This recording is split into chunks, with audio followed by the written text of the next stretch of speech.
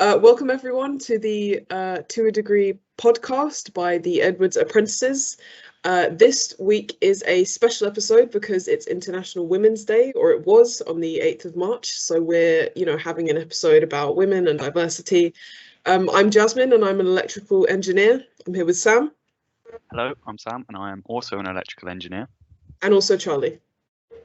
Hi, I'm Charlie. I'm a software engineer. So today we're going to speak about the diversity at Edwards, why diversity is important in the workplace, and we're also going to talk about some women that have inspired us in our lives. Cool. So the first topic, we want to speak about Edwards and how our kind of male-female split is doing. So I'm not sure what the figure is at the moment, but I know that at the Eastbourne branch, we want our female workforce to make up 30% of the workforce by 2022. And I think we're at like 16% now. So we are, we're getting closer. Yeah. So we had our town hall recently, which we spoke about before, but our town hall meeting is a quarterly meeting where we speak about goals and figures and, just how the company's generally doing. And we touched on diversity because it is a big goal moving forward. The times are changing. So like Jasmine's just said, our goal is 30% by 2022. That is actually a very big figure considering that engineering as a whole has been run by men for the past 100 years. 30% is a good step in the forward direction. So hopefully we can get there. Yeah, and if you think about it, once you're at 30%, to get towards 50%, do you know what I mean? Like I think you're already there. Well, you're not there, but you're on your way there. Yeah, and especially when like even our intake for the last 2 years. So we've only had 2 years of apprentices, and we've had 2 women. The numbers multiplied from where we were even 2 years ago.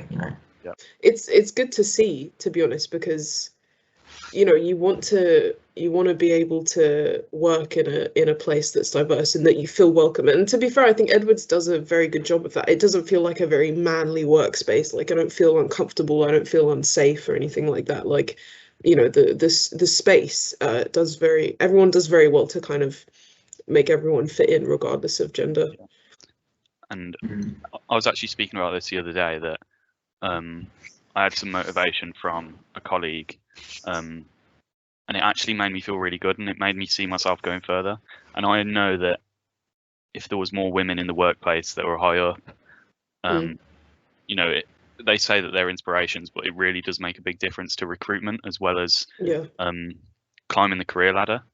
Definitely. Like it's really sorry, excuse me, it's really intimidating sometimes to see all of my managers that are all men. Because human nature, like when you can see someone, like monkey see, monkey do, isn't it? Like it's as you're saying, like seeing those women at the top, in management, just makes me feel like I can get there. I saw this post a couple of weeks back and I was really amazed, to be honest. So we have achieved 50% gender diversity in our core leadership team. So we're not going to go through all of the posts, but our adult company, our parent company above us, Atlas Copco, have achieved 50% of all leaders. So I think that includes presidents and vice presidents, and possibly also managers. But seeing that there's 50-50 there, it means that there's a high possibility that it will funnel down.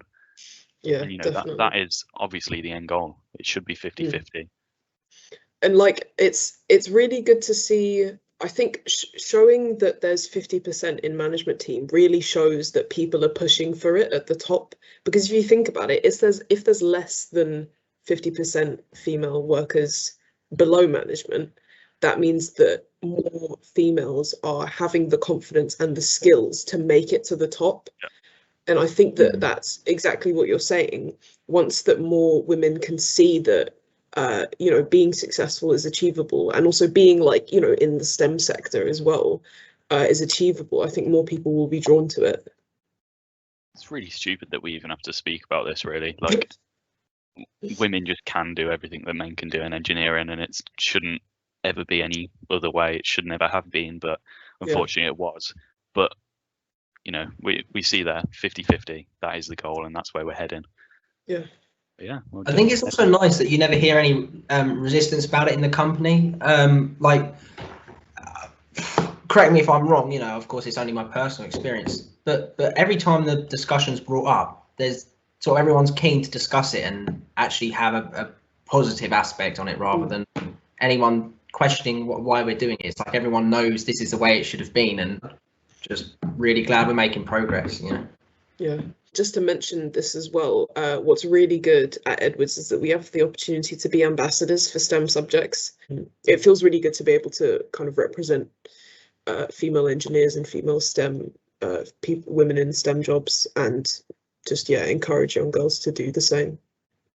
Yeah, that's amazing. Breaking down walls, breaking down barriers. Yeah. Go Jasmine.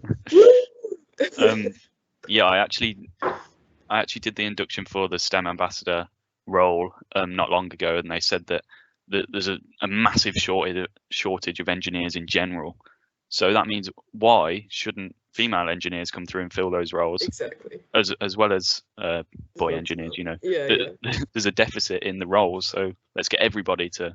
Yeah, it explains where the gap's coming from, doesn't it? You know, Yeah. like, you know, that's where we've missed a big opportunity to really expose ourselves to some, like, so much more talents out there, and you know, why we've narrowed it down. We were in desperate need of it. I know so many of our departments, admittedly, will say that, you know, we're crying out for just engineers in general, you know. Yeah. So, hey, if anyone's watching this, hit us up, you know. Take a look at the careers website. I know what Andy Marsh describes, like, the aim so far is that it's trying to match the local population. So he says the company, like our employment, should reflect the talent that's local to us. And, you know, of course we're going to bring engineers from further afield, whether that be, you know, within the country, outside the country. But he says, like, you know, gender diversity is the primary target, obviously, with it being so blindingly obvious. You know that the figure is unfortunate to hear about, you know, even if we are making progress. But I think maybe that is something to come in future, you know, because there's always room where we can improve in that area. Do you know what I mean? There's no reason why we should limit ourselves. One thing I've always been curious about is the subconscious aspect of it. So behaviors you might find in a particular person or a particular culture or a particular gender, even where societal expectations have brought someone up to behave in a particular way. How do they get perceived by someone employing someone? I think, Charlie, you've really hit the nail on the head. Unconscious bias. You know, like, I don't think there's anyone in Edwards who is blindingly racist or blindingly sexist and is just like, I hate women, I hate black people. But I think we all have those unconscious biases. But what's really good is that we have training to deal with that. We have training to be able to recognize that within ourselves and correct it, like you're saying. And I think that's very important that we acknowledge that. Like, the first step towards being more open and more kind of aware is acknowledging that we have our biases. And that's actually a really good point, because the management team has actually just rolled out a whole new training scheme for the whole company. And the full title is Diversity and Inclusion Sharing and Learning Work Group. So we're going through, obviously, diversity and inclusion in teams of 6, 7 or 8. And, you know, we're all getting training that's been rolled out across the company. And that's just an amazing point to show how we are just... Yeah, we're tackling it. We're dealing with it. Tackling it. Breaking down walls, like we've said a couple of times. And it's nice that it's proactive as well. It's not just a facade. You know, we can put out numbers, we can put out goals that we're trying to do, but it's nice to have an actual actively proof tackling it. Yeah, actually we are doing something. You know. So the next point is that we're going to speak about diversity in the workplace and why it's important. Not only is this diversity in, like, physical aspects such as race or gender or whatever, it's also like how we think. So when you join the company, I don't know if this is a whole company-wide thing, but I know as apprentices we did ColourWorks training, which is a training which kind of puts you on a spectrum of what colour your brain thinks in, and it's kind of like your creative mind or your thinking mind or a go-getter mind or a sort of just do it mind. I was very much just do it, and that is why it's important for me to work with other colours of minds that might maybe slow me down. And I know that in my team now that I'm in my rotation, we have a lot of thinkers, which is really good for me. I need thinkers around me, because if I get told to do something, I'll jump into it at the first way that I think of doing it. I'll jump into it and I'll do it, and then I might realise maybe that wasn't the best way to do it. So when I have thinkers around me that can kind of guide me and say this is how to do it, then I'll work quickly and get it done in a bit of a better way. So that is a good point to show how diversity is important within teams. I remember getting my Colourworks thing, and it says, I remember this line specifically. We all sat around the table, we got our leaflet, we got our whole booklets, and I remember reading it, and it was like so accurate. I was like, what the hell? This is me. Like, yeah. This didn't come out of like a machine or like an algorithm or something. Someone actually like sat here and psychoanalyzed me anyway. So I'm looking through it. I remember it says, is prone to taking criticism badly. And I remember reading a line and being so offended, and like,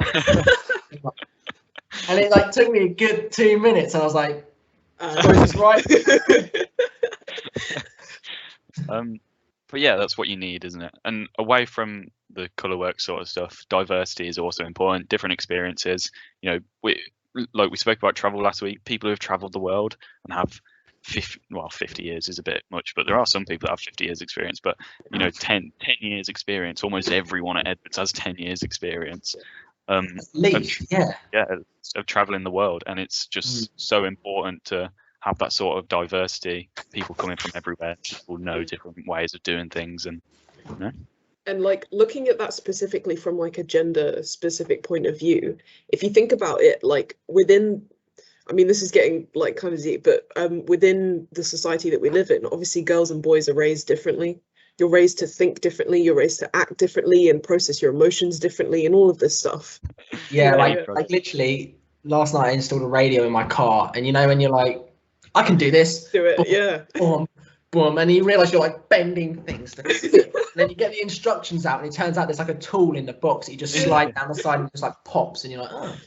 That is a great example. For some reason, I do a lot of DIY stuff with my dad, and he refuses to read the instructions. And I'm like, they're there for a reason. Why don't, it's telling you how to do it. I was reading a forum. Better at it, but yeah. I was reading a forum, and like in every comment of the forum, there's a RTFM, which is read the manual. Yeah. And, exactly. I think that is a very good point, that maybe I should start to read the manual. But exactly that, like just the ways sometimes that women and men can operate and think is likely to be different. And if you have a workforce that's completely male or completely female, you're missing out on the other side of the perspective and a different kind of thinking. And the more brains you've got on it, the better you are to work out, you know, the best solution. And Edwards as a company, it always welcomes different points of views. Exactly. It doesn't matter if you're right at the bottom like apprentices are, or right at the top as managers. Every input is important, and they really exaggerate that. And having diverse inputs will really help the output of a project. Yeah, nice. I know from personal experience, when I worked in construction, you know, if you're like new to it, no one's going to listen to you. You can say like, oh yeah, should we tie this with like a, you know, like a clove hitch knot, and we can pull this up here, and then whoever's the biggest, tallest, sort of bulkiest guy is going to go, we can lift it up there. And then like you spend all afternoon, like 15 blokes, like days wages, just lifting things onto the roof of a house or something. It doesn't work. But I remember like I started here, I was about 3 months in, and we had a meeting called value stream mapping. Some people will be familiar with the process where you try and cut the sort of trim the fat off of your business process to try and streamline things. And you know, I had no hesitation to start making suggestions myself, however practical they may or may not have been. They were all taken seriously. Everyone in the meeting was like, you know, oh yeah, that's possible. And we worked through it from start to finish, the feasibility of what I suggested, how it could be implemented, what the restrictions would be, pros, cons, and it was weighed up like everything else was in the meeting against everyone else's suggestions. And I loved, like, even though my idea didn't get used in the end, it felt really good to feel like, you know, that was actually genuinely considered, and it wasn't some sort of like what's the word? Oh, yeah, Place we could do that. It's like, oh yeah, good idea, Charlie. Well done. Yeah. We can't do it. And like, even if it is a stupid idea, you still get told why you can't do that, or and you like, it helps me learn. Like, even today, I said something to someone I was working with, and they were like, "Well, no, but this is why, and this is how we will do it." And then I got on with it because I have thinkers around me. Yeah, exactly. There's space to learn. Like, there's space to suggest things and be wrong, and then just, you know, be able to get over it and get on with it and realize what the correct solution is. Yeah. I think we're all aware how that in the grand scheme of things has got to be beneficial, because you start shutting people down at the first instance of a suggestion. Then when good ideas do start coming in as they get more senior, or they just get more knowledgeable on a subject, no one's gonna put their hand up and, you know, provide that brilliant, like, eureka moment idea where it's like, oh yeah, we could improve efficiency if we just move this machine from here to there. You know, like, they're not going to put up their hand. They're just going to think, you know, it's not a bad idea. Down again. They're not going to, you know, like, you learn that from primary school, don't you? To include people, ask people questions, get people involved, and you know, that is how it is, and that is how it should be. In some places, unfortunately, it isn't, but Edwards, it is. So well done, Edward. Actually, age, like, the average age, as us apprentices have changed the average age by like 20 years, haven't we? Because it was like in the 50s before we joined, I'm pretty sure. It was something like 56, I think, before we joined, the average age. Even still, if you look at it, it's difficult to rectify it now. But you were saying earlier, Sam, about the years of service that someone has, and how you look at most people in at least the Eastbourne product company that is well known for being sort of old-fashioned and very set in its ways. I think, like you said, the average length of service is something like 15 years. There are a lot of people, if you put that on a bell curve, you know, like if you put it on a graph, number of people, length of service, at one end you've got like 35 years, and there is like, I don't know, a product company of 200 people, I'm going to estimate there's probably 50 people working in the company still with 20, 30 years experience. And it drops down at the middle where they didn't hire anyone for so long because people were just staying at the company. It's like such a nice place to work. It's got a really good environment. And then as they realise these people are starting to approach retirement that have had their service for so long, they've brought in all this, well, we say new talent. You can judge for yourself whether there's any talent. Just us. But they brought us in, all of us, like apprentices, training, graduates, brought in all this program. And then there's all these people with, you know, between 1 to 5 years experience at the bottom end. And there's tons of us coming in. And it matches quite nicely with the number of people with the experience. But I think that's another important part of the diversity, is that we've got 2 big peaks there spread across. It would be nice maybe to see that eventually become a peak in the middle, because you can't just bring someone in with 5-10 years service. They have to start from 1-2 years service. So it's going to be difficult to change that graph without just waiting for the bars to shift, if you can visualize that. But I'd like to just add that those 2 peaks aren't only negative. Like, those people at the far end who have had a lot of experience are really, really willing to give us that experience because they know that, you know, they're getting towards retirement, and they love the company and they want us to learn. So it's quite a benefit for us that, you know, there wasn't that many people hired before us, because they want to teach us, and that is just so beneficial to us because we get the proper treatment, and, you know, we learn every day. So the final segment for today, we just want to speak personally about some women in our lives that have impacted us or inspired us, just to, you know, give some credit to women, because, you know, they're incredible. Sam, do you want to go first? I can do. So my inspiration is very cliche. Obviously, it's my mum. She's a business owner. She worked in catering, and she didn't like being told what to do, so she was like, stuff this, I'm gonna be my own boss. And that is just amazing. Like, that is such a big step. So she owns a sandwich wagon now, and she makes her own food. She does her own menus. She's awful with computers, so we bought her a laptop. And she's just just doing it basically, and I just love to see it. And then obviously my girlfriend, 'cause she's just amazing. She was at university and she was like, stuff this, I'm dropping out, because she realised where she wanted to be in a couple of years, and it wasn't where that was taking her. So she got herself an apprenticeship, and you know, she's doing really well. So that is inspirational, because that took a lot of what's the word? It took a lot of what? Certainty. What's like the word? I know what you mean. It takes a lot of like I was going to say self-awareness, knowledge of what you want. Yeah. Determination. Yeah, just well done, everyone. And my dog, because my dog's cute. Inspires me, keeps me going. Is your dog a woman? Yep. Inspirational woman, actually. Yeah. Cool. That's good to hear. It's good to hear. Charlie, do you want to speak about your inspirational woman or women? So this one, I think we discussed earlier. We know it's going to be a little controversial. Avoiding all political points about this person, I'd like to say I'm impartial on it as well. Margaret Thatcher, still to this day, you know, the first ever woman prime minister of this country back in 1979 in a conservative,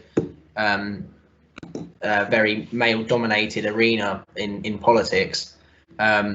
Obviously, first ever woman prime minister. She was elected and re-elected 3 times.